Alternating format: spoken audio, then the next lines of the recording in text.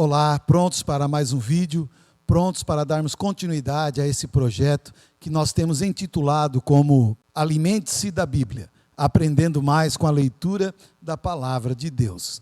Agora nós vamos estar lendo o capítulo de número 9, e você com certeza já deve estar anotando aí no seu caderno cada assunto, cada revelação, cada mistério que Deus revela para nós na sua palavra, sempre lembrando que a leitura da palavra, ela deve ser feita sempre com reverência, sempre com atenção, e principalmente nós devemos ler as entrelinhas da palavra de Deus, tudo aquilo que o Espírito Santo ele nos revela, né? Então está aparecendo aqui ao lado o QR Code para você baixar o seu caderno e ir anotando todos os assuntos, todas as revelações, e após terminar o livro de Mateus, você pode encadernar e ali guardar para, quem sabe, futuramente você reler, lembrar todos os assuntos do Evangelho de Mateus.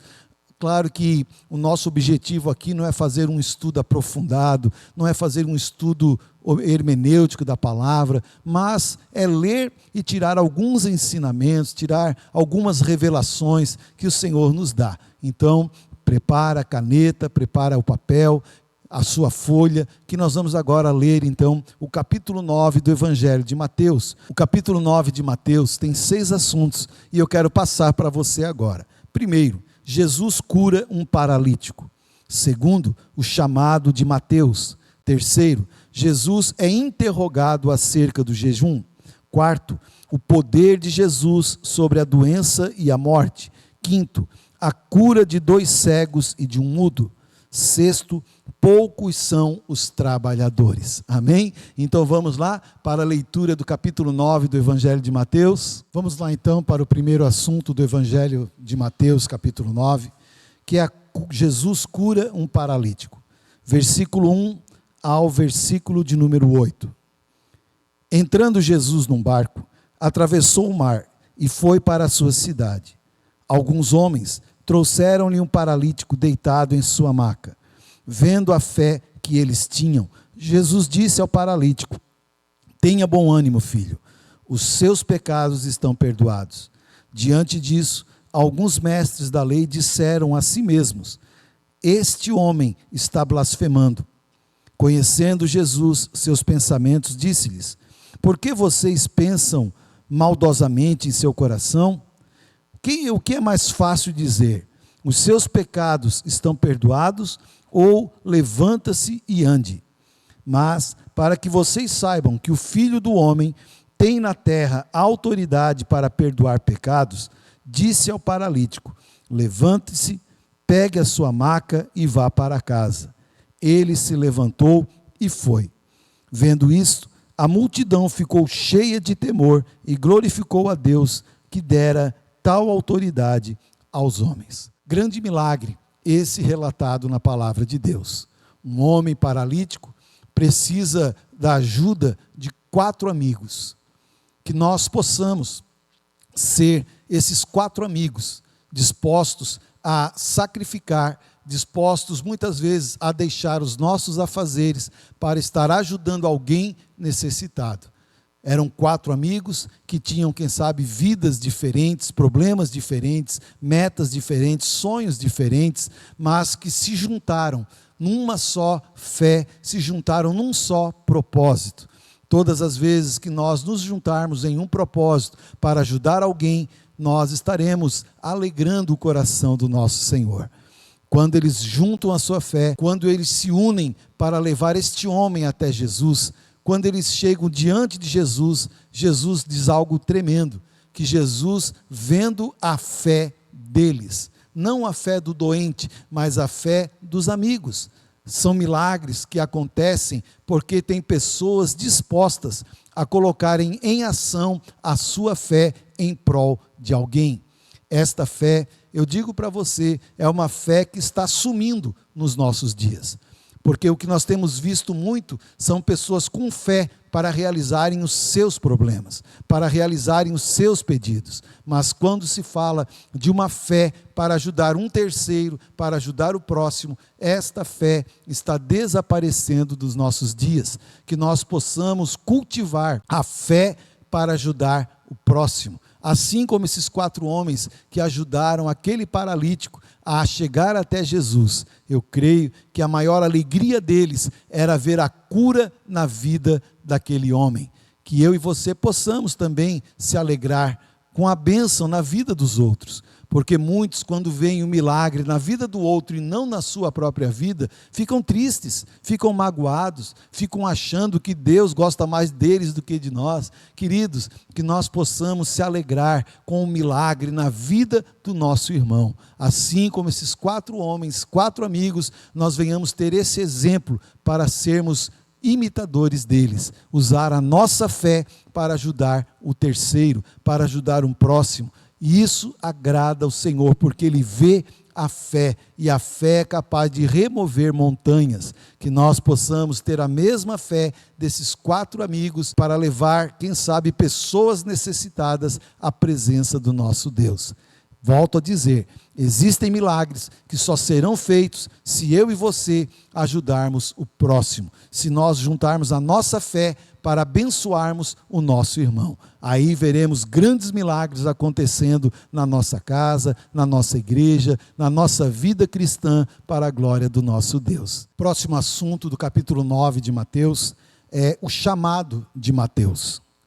Versículo 9 ao versículo 13, vai dizer assim: saindo, Jesus viu um homem chamado Mateus sentado na coletoria e disse-lhe: siga-me. Mateus levantou-se e o seguiu. Estando Jesus em casa, foram comer com ele e seus discípulos muitos publicanos e pecadores. Vendo isso, os fariseus perguntaram aos discípulos dele: por que o mestre de vocês come com os publicanos e pecadores? Ouvindo isso, Jesus disse: não são os que têm saúde que precisam de médico, mas sim os doentes.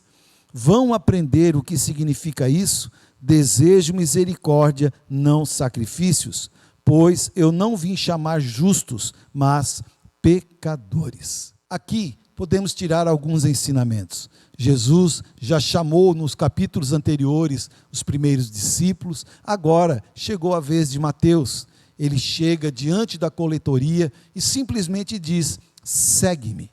Na mesma hora, Mateus larga tudo, igualmente aos primeiros discípulos que foram chamados, largaram tudo e seguiram. Então, há uma disposição em seguir o Senhor.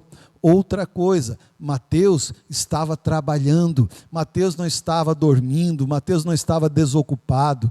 Então nós entendemos mais uma vez que Jesus só chama aqueles que estão trabalhando. Jesus chama os trabalhadores, Jesus não chama os acomodados. Então aqui está mais uma vez Jesus chamando alguém, e este alguém responde prontamente a caminhar com ele.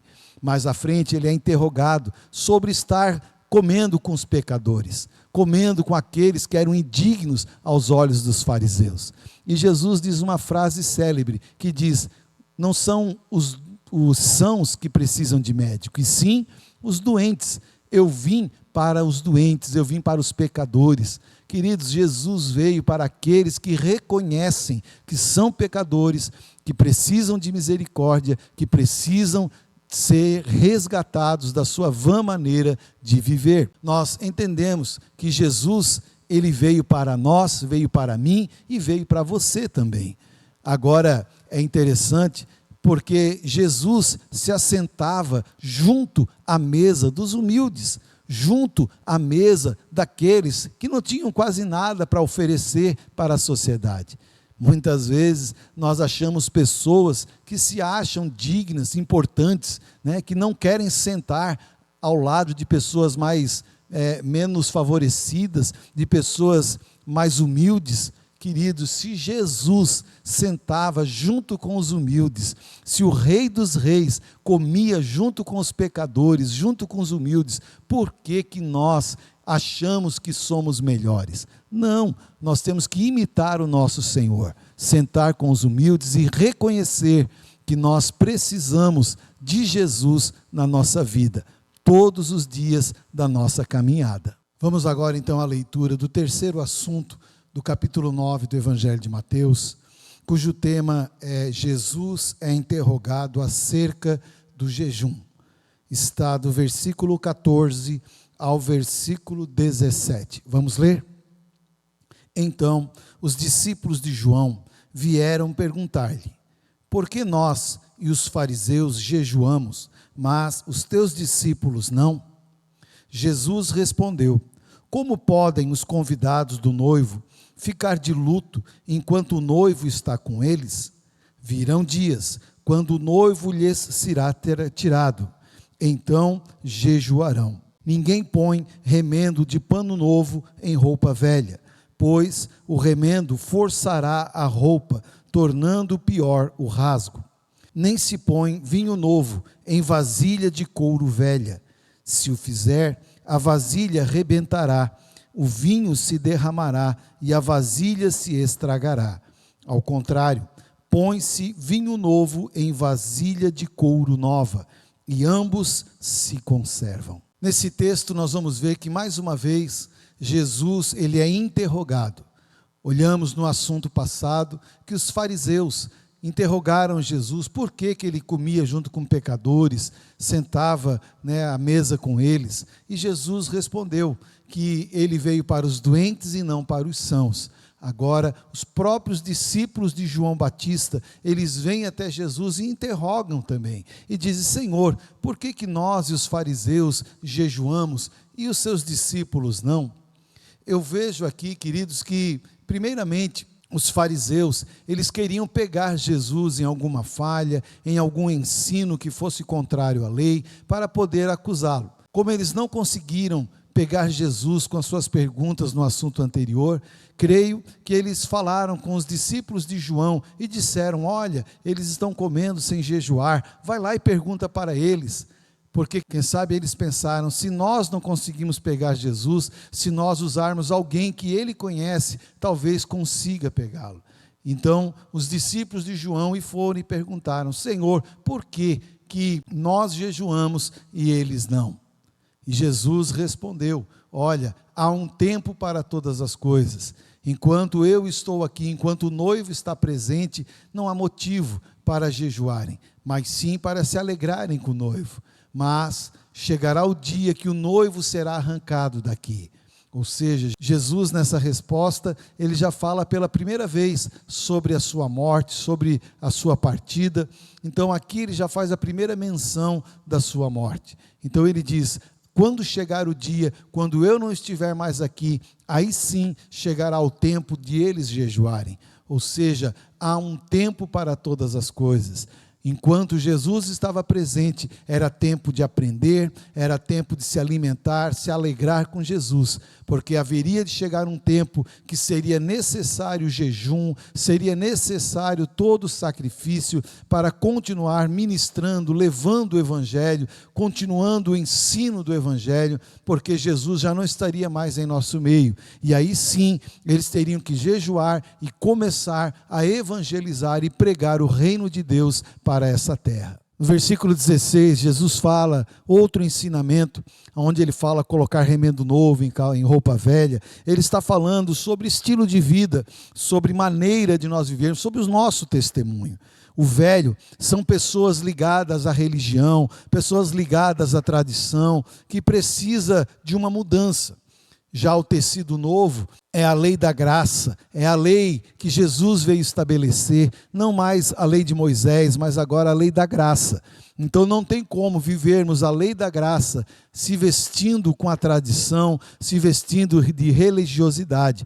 Um não combate com o outro, um não consegue viver com o outro. É necessário que nós venhamos trocar a roupagem, ou seja, como falou com Nicodemos, é necessário nascer de novo para sermos odres novos e aí sim podermos receber o vinho novo, porque vida nova com vinho novo, ambos se conservam. Haverá transformação com o decorrer do tempo, assim como ocorre a fermentação do vinho dentro do odre, assim também acontece o crescimento espiritual dentro de nós, quando nós já somos novas criaturas. Por isso que Jesus fala que não tem como colocar remendo novo em roupa velha, porque vai romper e vai se estragar. Não tem como nós vivermos a graça de Deus se vestindo ou vivendo uma religiosidade, vivendo apenas de tradição. É necessário nascer de novo para que possamos receber esse vinho novo, essa vida nova que Jesus veio trazer, e assim ambos se conservarão. Haverá um crescimento, haverá uma transformação saudável e nada vai se perder.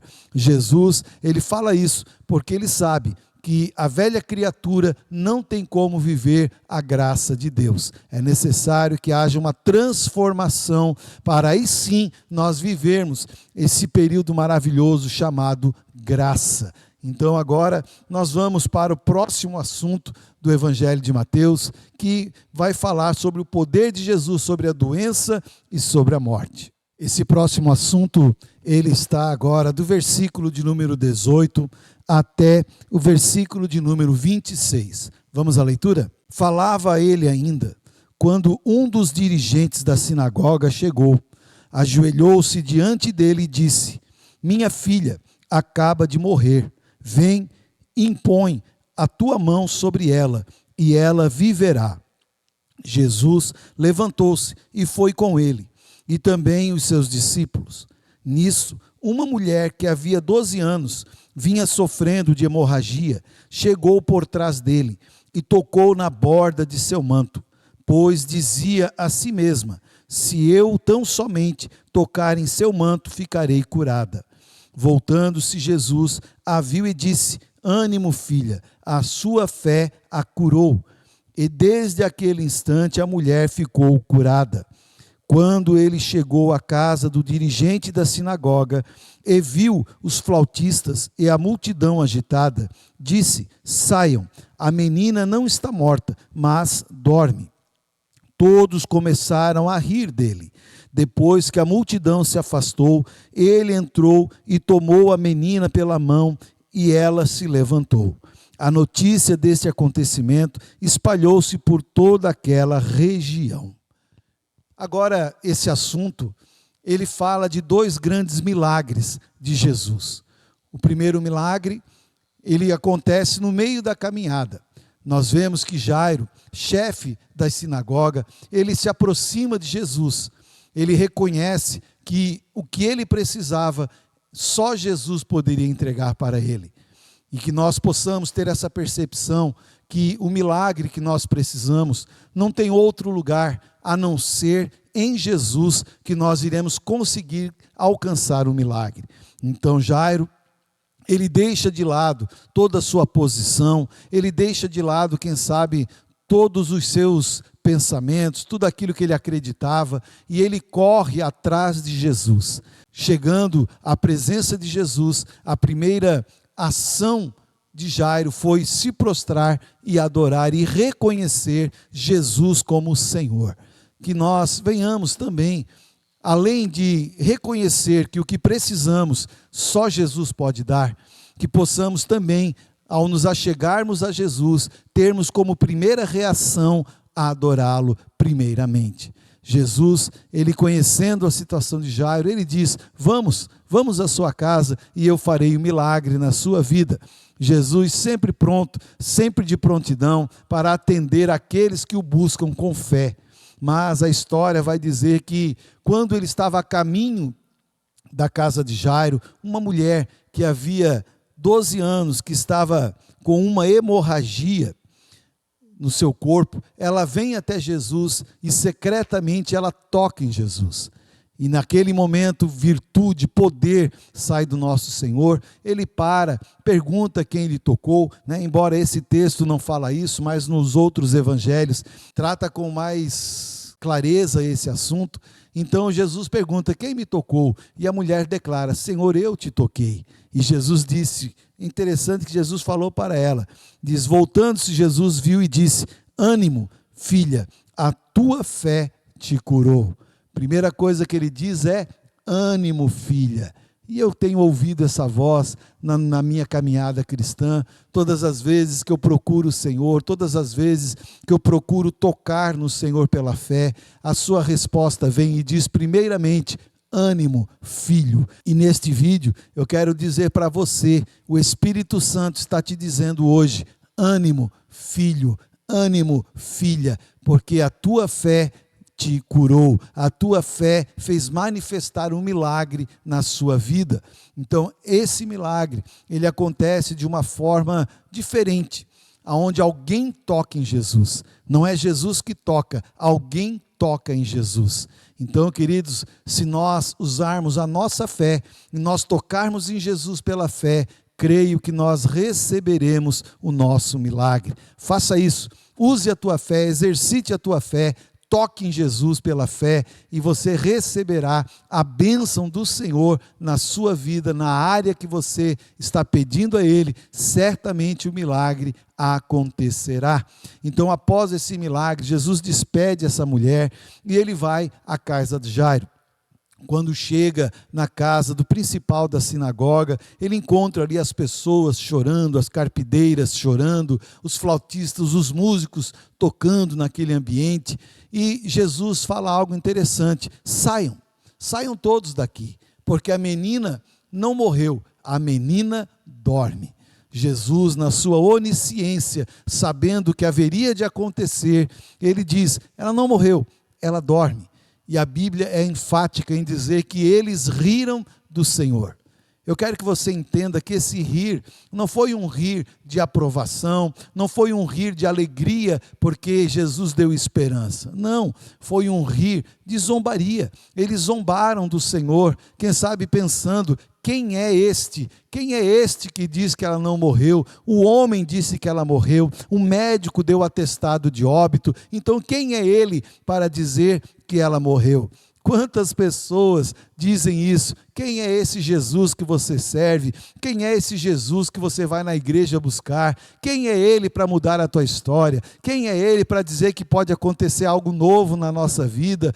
Se o mundo já decretou, se já está decretado a derrota, o fim, quem é esse Jesus? Querido, o Jesus é o mesmo ontem, hoje e eternamente. Ele falou para aquelas pessoas: ela não morreu, ela dorme, ou seja, há uma esperança, vai acontecer um milagre. E eu quero profetizar na sua vida: nada morreu, não acabou. Jesus tem autoridade para trazer de volta aquilo que muitos já deram como perdido na sua história. Então, Jesus, ele entra no quarto. Aqui no Evangelho de Mateus, não dá essa explicação, mas nos outros evangelhos vai dizer que entraram 7 pessoas naquele quarto. Entrou Jesus, entrou aqueles que vieram com ele, entrou o pai, a mãe e a menina. 7 pessoas, somente pessoas que criam, somente pessoas que queriam de fato ver o milagre. Isso é interessante, não podemos andar com incrédulos, não podemos deixar que os incrédulos venham participar ou querer participar do milagre que nós estamos buscando. Ande com pessoas de fé, ande com pessoas que creem, ande com pessoas que querem ver o seu milagre, porque isso já vai auxiliar você a alcançar a bênção do Senhor. Então Jesus, ele pega aquela menina juntamente com aqueles que estavam com ele, e ele declara: Talita cumi, ou seja, menina, levanta-te. E ele ordena a menina, realmente ela acorda daquele sono e ele entrega nas mãos da mãe o milagre, a bênção, a menina com saúde.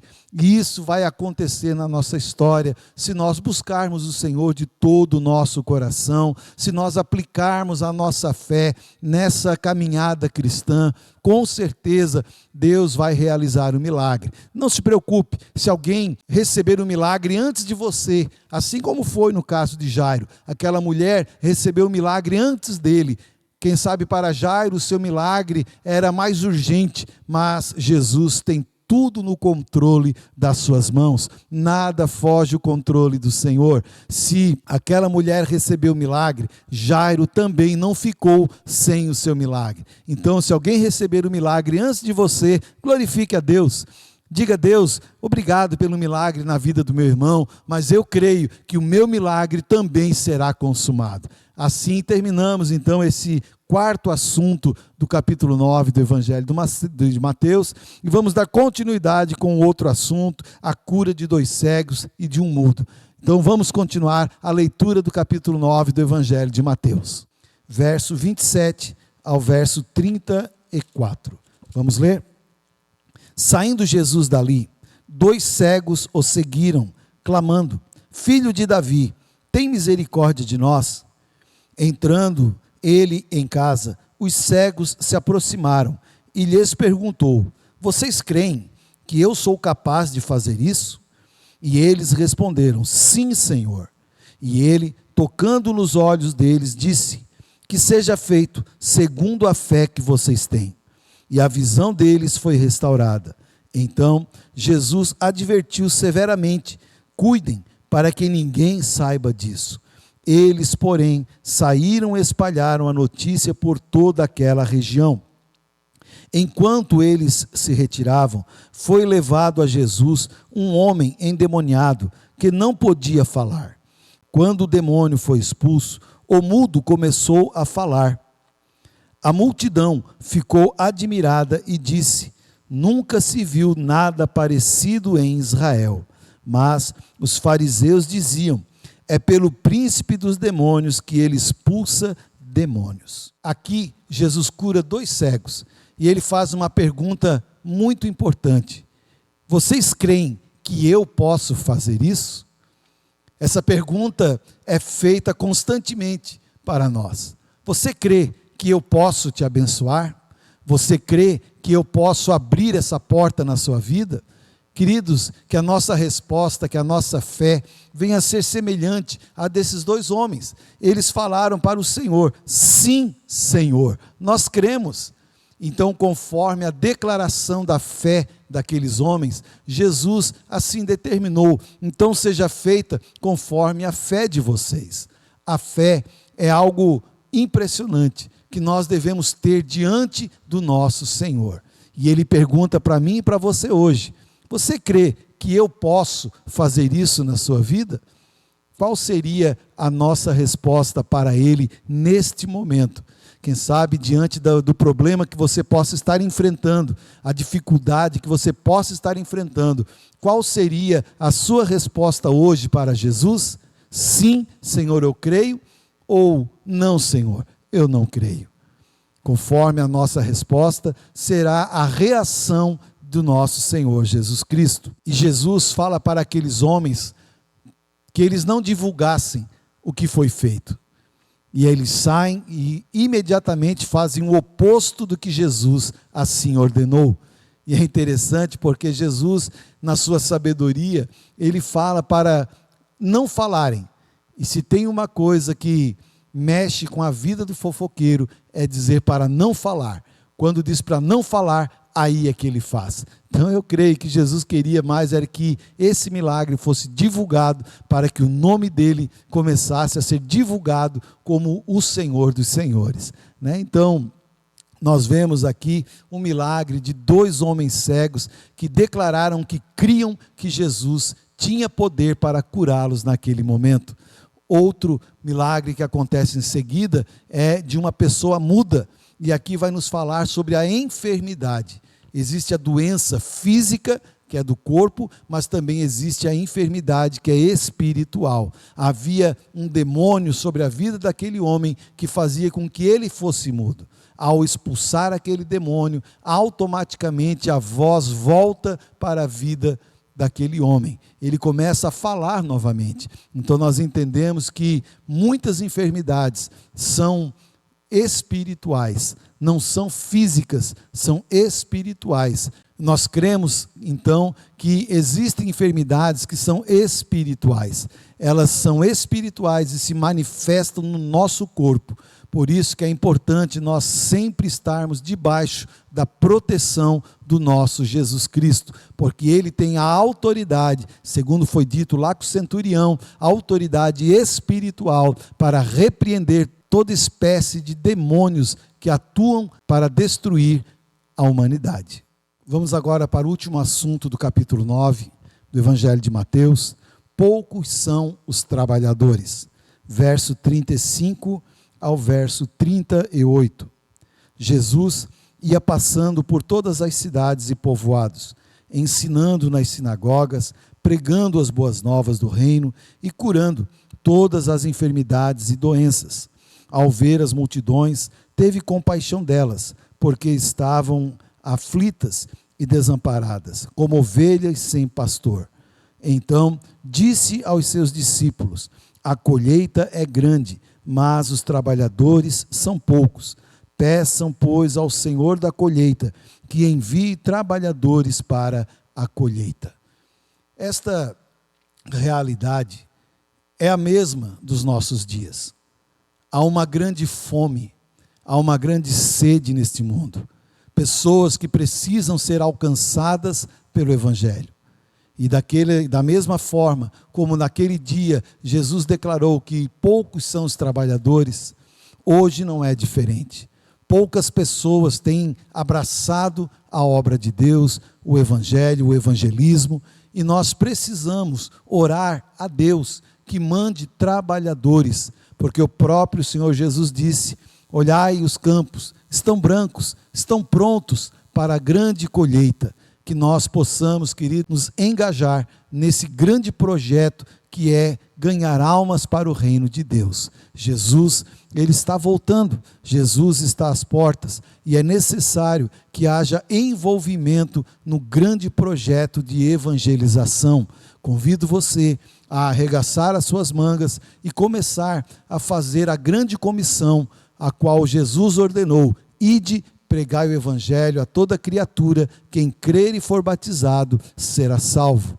Há um clamor pedindo por trabalhadores. O Senhor quer que você arregace as mangas e venha trabalhar para fazer a grande colheita nos últimos dias da igreja aqui na terra. Assim, nós terminamos o capítulo de número 9 do Evangelho de Mateus. Próximo vídeo, nós estaremos então partindo para o 10º capítulo, em nome de Jesus. Um abraço e até o próximo vídeo.